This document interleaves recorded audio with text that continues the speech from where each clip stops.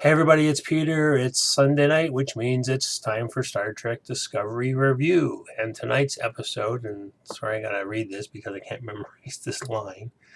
The butcher's knife cares not for the lamb's cry.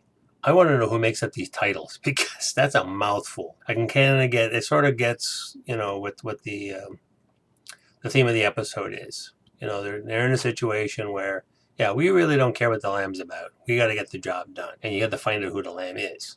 So I'll give you that much.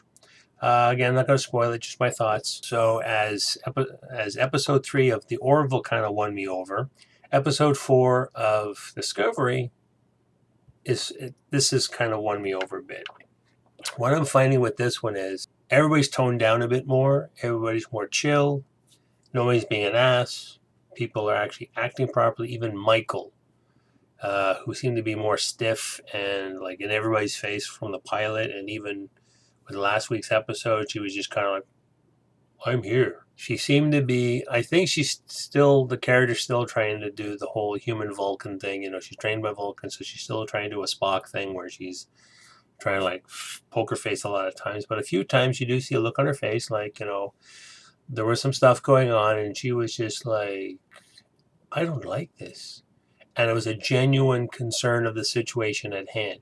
So that was cool. So tonight's episode is about, okay, if we all saw last episode, this is not a spoiler, we all know about Kitty Kitty. So we got the kitty, we got this kick-ass thing, we don't know what they're going to do. Lorca wants to weaponize it and you get to actually see now in this episode, you get to see the room that keeps it. I thought it was actually part of his ready room, but actually he has his little secret room, which basically has the cat in it, certain weapons, a bathlet, other, gizmos and goodies.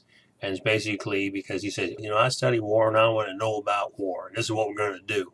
Actually, before I jump ahead of that, I want to just touch on one thing which I thought was really weird was when the episode started, I thought, oh, we're in some weird, it looks like the Badlands from Voyager. Lightning columns, I was like plasma or something. And you find it, no, you get to watch how the replicator works. And I'm like, what? Who cares how they have a uniform? Just punch it in and out it comes. And I guess the idea was a build up to saying, oh, Michael gets to wear a uniform now. No designation. She's science, no rank. That's the other weird thing too. The computer will do play by play sometimes.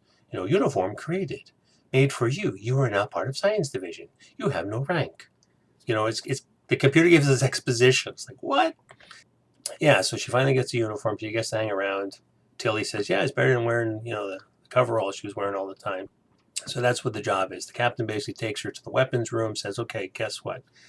Yes, we did catch Kitty Kitty, and you're going to figure out how the hell this thing, ripped through a ship, ripped through, a squad of Klingons, and I want you to turn this into a weapon. Damn it. And later on, the security chief, Landry, she shows up and gives her a hand too, but also Landry is also, because she's a security officer, she's very warlike as well, and like, no, we got to do this whole thing. And most of the episode is actually Michael trying to figure out about what is this creature? What is it? Not looking like, oh, I'm going to turn into something right away, because she's a scientist and she's been trained by the Vulcans, so she's more looking at this like, okay, what can we do this? Let's look outside the box. It's not just a mean critter of some sort. What is it really? And she's coming up with these ideas of like, okay, what's going on? And and where did it really come from? So we get to find out the origin of Kitty Kitty, what's going on with it, and like why was it on the Glen from before? So it's all, again, it's an episode of Discovery. I get to see a battle drill, which was kind of cool. You thought like, oh no, they're in the middle of something. I kind of have to think like, no, this is the battle drill. Really cool holographic battle drill, and people couldn't shoot worth beans. A couple things I did pick up in the dialogue was. Landry going, solution for phasers. And I'm going like, wait a minute, use solutions on torpedoes when you're firing in the water. I'm not sure how the whole, I never was Navy, I'm ex-Army, I used to shoot tanks and do reconnaissance and stuff. And I know from playing submarine games, so like, oh, solution, yeah, that's a submarine torpedo term. Why are we using that for phaser cannons? But yeah, overall, this episode was pretty good. Also, Stammet, our friendly neighborhood engineer, he's a little more mellow. He still got into it with the captain, when they were in the middle of something and they're trying to test out the new drive and it's still kind of shaky. And he bounces his head off the nose and you figure, hey, we can fix everything in sickbay now. You get to see the doctor, you get to see now white uniforms with a white badge. So that was kind of cool. Get to see another part of the uniform system. But then it gets into the captain, like, I'm just a scientist. I'm not here for the war. Like, you know what? And he gets all kind of like, I'm going to take my ball. I'm going to take my stuff and go. And Lorca's like, yeah, no, this stuff is owned by Starfleet. You can go, sure. I'm keeping your stuff. I don't care. And it's just like, damn it, you will fix the problem with the drive. And because we find out that there is one of their mining colonies is being attacked by the Klingons. That's why they're doing all these drills and everything. So, and this is how the whole story goes. They still got to figure, okay, how does the spore drive? I guess people are calling it. I forget if there was an official term in the episode or not. But overall, I liked all the characters, however he was. Lorca's gonna be a badass because he's a fighter. He just wants to win all this, and he's got his thing. I don't know. There was a theory last week about the Section 31 thing. I don't know if it's going to be Section 31 or not. This is just more like we've got a science vessel. We had to turn to a warship because it's the only one that's got, the spore drive, the Iconian spore drive. That's what I would call it because they can like go anywhere at time like the Iconians did back in Next Generation. Oh yeah, the Klingons. Oh, the Klingons. Like I'm talking like this to the first. And I was even watching an old Kevin Smith talking about. He was talking just about the pilot, so I caught his vlog and his podcast. And he too, he was like, "What's up with the prosthetics? You can only put so much rubber on somebody's faces. When the other Klingons, just put the forehead piece on. I've dressed as a Klingon. Maybe if I can find my pictures, I'll post those. But yeah, I did. I did a Worf one time. I think I did Worf twice, and I did an actual Klingon like fake armor and stuff. I didn't actually have the actual armor, but in a dark club, it looked pretty cool. But yeah, if you're just wearing a head prosthetic, yeah. But if you've got your face all covered and you're trying to talk like this, and just that's what it sounds like. I'm listening to Bane, Tom Hardy's Bane from Batman 3. That's okay, Batman. I will win this war. They should tone down the prosthetics a lot, and either if they tone down the prosthetics, I think you can understand the Klingon better because they're really big on.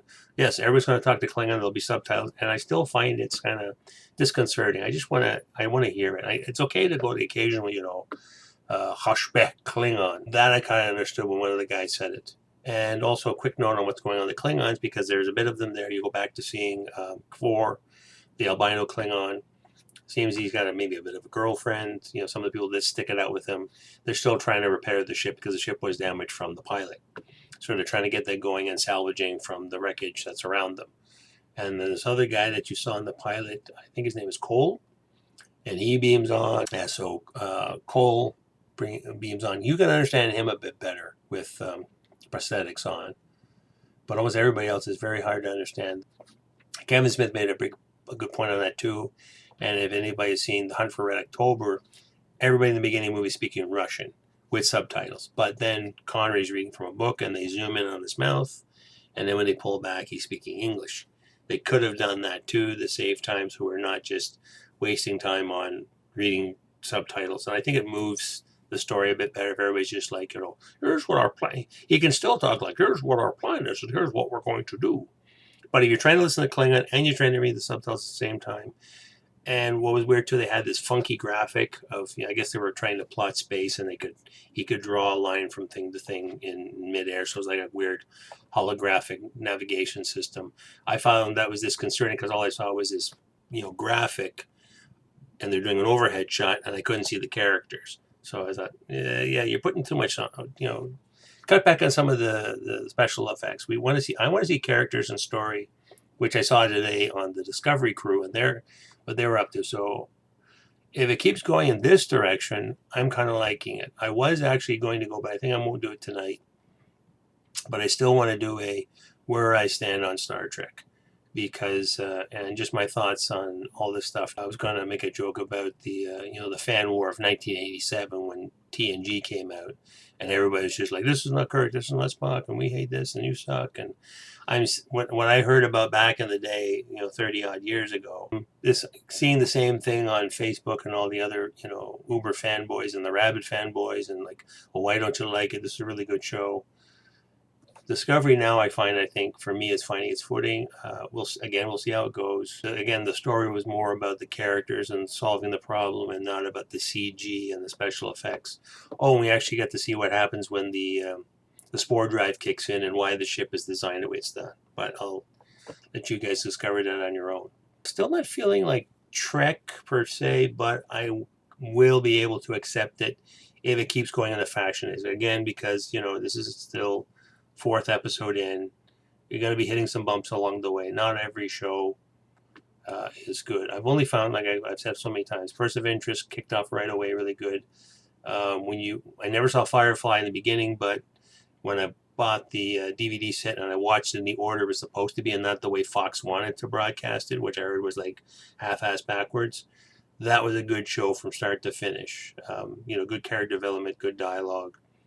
Everything that I like in a thing, and it's not all about the CG, it's about the people and the story, which I think is more important. That's what I found about Babylon 5. Everybody went on about Babylon 5. All I saw was a lot of prosthetics, a lot of makeup, all this amazing window dressing, but the stories weren't engaging for me. I'm sorry to say to any Bumble on 5 fans or any other shows everybody goes on about. There's some things I'm just like, yeah. I put it to you, the viewer. What did you think of tonight's episode? Are you still uber fanboy of the show? Are you like me and had some doubts and today it won you over? Post comments down below. If you're new here, don't forget to subscribe. Hit the button, hit the bell, like, don't like, and go from there. I don't know if I mentioned this before, but just one quick side note before I sign off. I'm finding actually, and maybe this is how the realm is going, but my Orville's reviews actually get more hits on than the Discovery, so I don't know if that's an indication. It's just like when somebody talked about the Rotten Tomatoes scoring, that the critics love Discovery, but the fans not so much, but the critics don't really like Orville, but the fans love it so much. But the one story I heard about that is because the critics are really not keen on Seth MacFarlane as a whole, so anything he does or touches, we don't like him. So it's not a legitimate, critical dislike or a thing. It's just like, we don't like the guy. He does Ted, he's Family Guy. He's, we poo-poo this man and we, stick up our noses at him. So, today was a good episode and hopefully better to come, and we see how it goes, and see you in the next one.